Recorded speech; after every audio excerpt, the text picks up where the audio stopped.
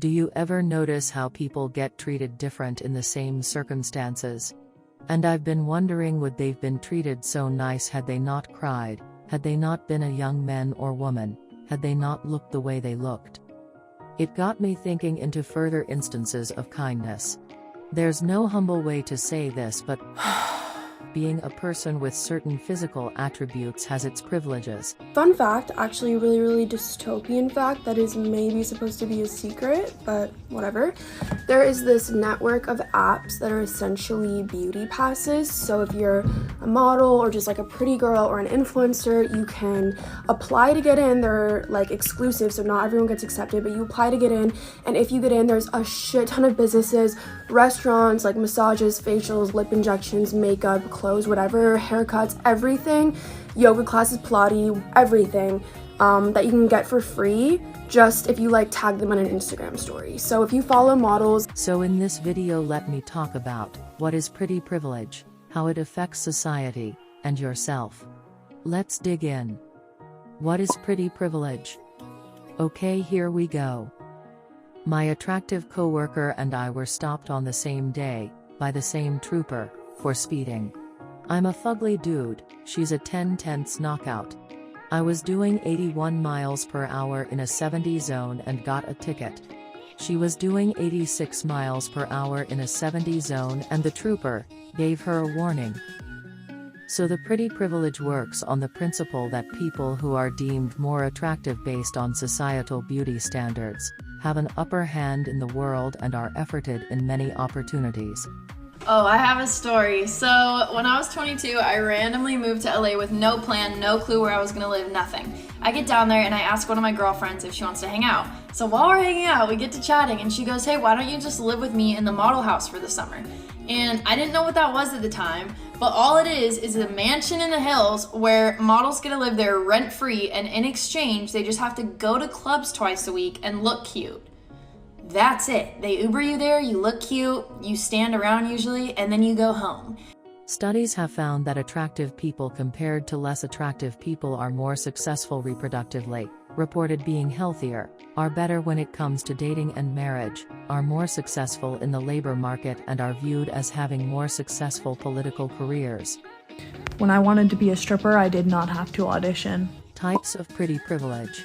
If you're not familiar with the types of pretty privilege, you can read the article. I've put the link in the description. I'll just summarize it for you really quickly. There is lookism, which is discrimination based on your looks. Norm violations, where, if you are attractive and you do something naughty, socially unacceptable, then you get a pass for it. Because you know it's like, oh, I am sure he or she just made an accident. Whereas if you're unattractive,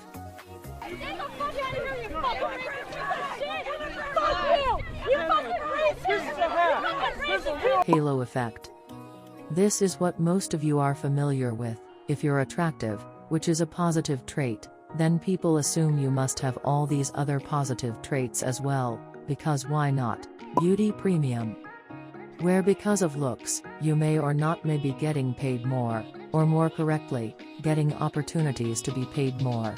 Because you're seen as more sociable, getting along better, so you can network your way up to the top. I lived in Miami for 2 months modeling, and for 2 months me and the other models that I lived with would go out to dinners and lunches with these guys that we knew. And when I say going out to dinner, I mean the bill was like thousands of dollars. Not one of us paid, ever. Not for an appetizer, not for a drink, not for a meal, not for a freaking dessert. For 2 months, we never paid. But it gets so much better. We would spend like every single Sunday on other people's 3-story freaking mansion looking yachts. Quality of life benefits, which is basically people treating you better. This is better for your mental health, you live longer. So I'm in my car right now, but basically there was this one time at Target where they were doing this, if you spend $50 you get $30 off. So I went to Target, I was like, oh shit, like this is a good ass deal. I went to Target, I gathered all my stuff, ready to check out, and then I was a self-checkout, by the way. And then when I scanned my code, they're like, it said code invalid. And then I called the worker, I was like, hey, like why is this invalid? And he was like, oh, like this code is like not work anymore. Like, it's gone. And I was like, oh shit, like, damn. And then he was like, wait, like, let me work something up for you. And I got the code. And on top of that, I only had to pay $4. Left the store paying $4. So basically, that guy gave me more than $30 off. How it affects you. No one can choose their facial bone structure, body type, or any other aesthetics when being born. It's unfair when people treat you different, because you are less attractive to them. It really is. But it is also nature. People seem to do this subconsciously. From reading others' experiences, you could notice, if you make a small improvement to your looks, you will get a much larger social benefit out of it. I think that looks is a fantastic place to invest your time, effort, and energy into. At least, if you do it for yourself and nobody but yourself. So the first question is, how do you become a model? And I always just say, oh, I was scouted, but that means nothing. The real way that I became a model is I won a genetic lottery, and I am the recipient of a legacy. The danger. But there is also a downside that nobody talks about. As it is easy to base your worth on the prettiness defined by others. I hate to break it to you, but no matter how pretty you are, you will always be ugly to some people. Universal beauty does not exist. Because this is a privilege given by the perception of others. It can be taken away. Just like that. Some of the prettiest people on the planet are also the most insecure. Because they care so much about how others think of the way they look. It could also be very demoralizing if you use your talents and your hard work for all the things you achieve, but everyone else attributes it to the way that you look.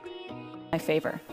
And it also felt really uncomfortable to follow that up with, and it doesn't always make me happy. But mostly it was difficult to unpack a legacy of gender and racial oppression when I'm one of the biggest beneficiaries.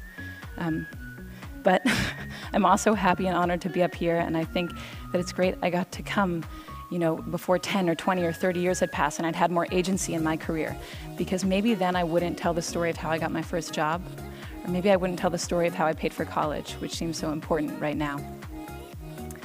If there's a takeaway to this talk, I hope it's that we all feel more comfortable acknowledging the power of image in our perceived successes. The way one looks is controversial. Looks and trends come and go, but confidence is always in style. Stop focusing on looks only. There are so many other things you can value in others, beyond the looks. Pretty privilege could be dangerous, but we can avoid this together.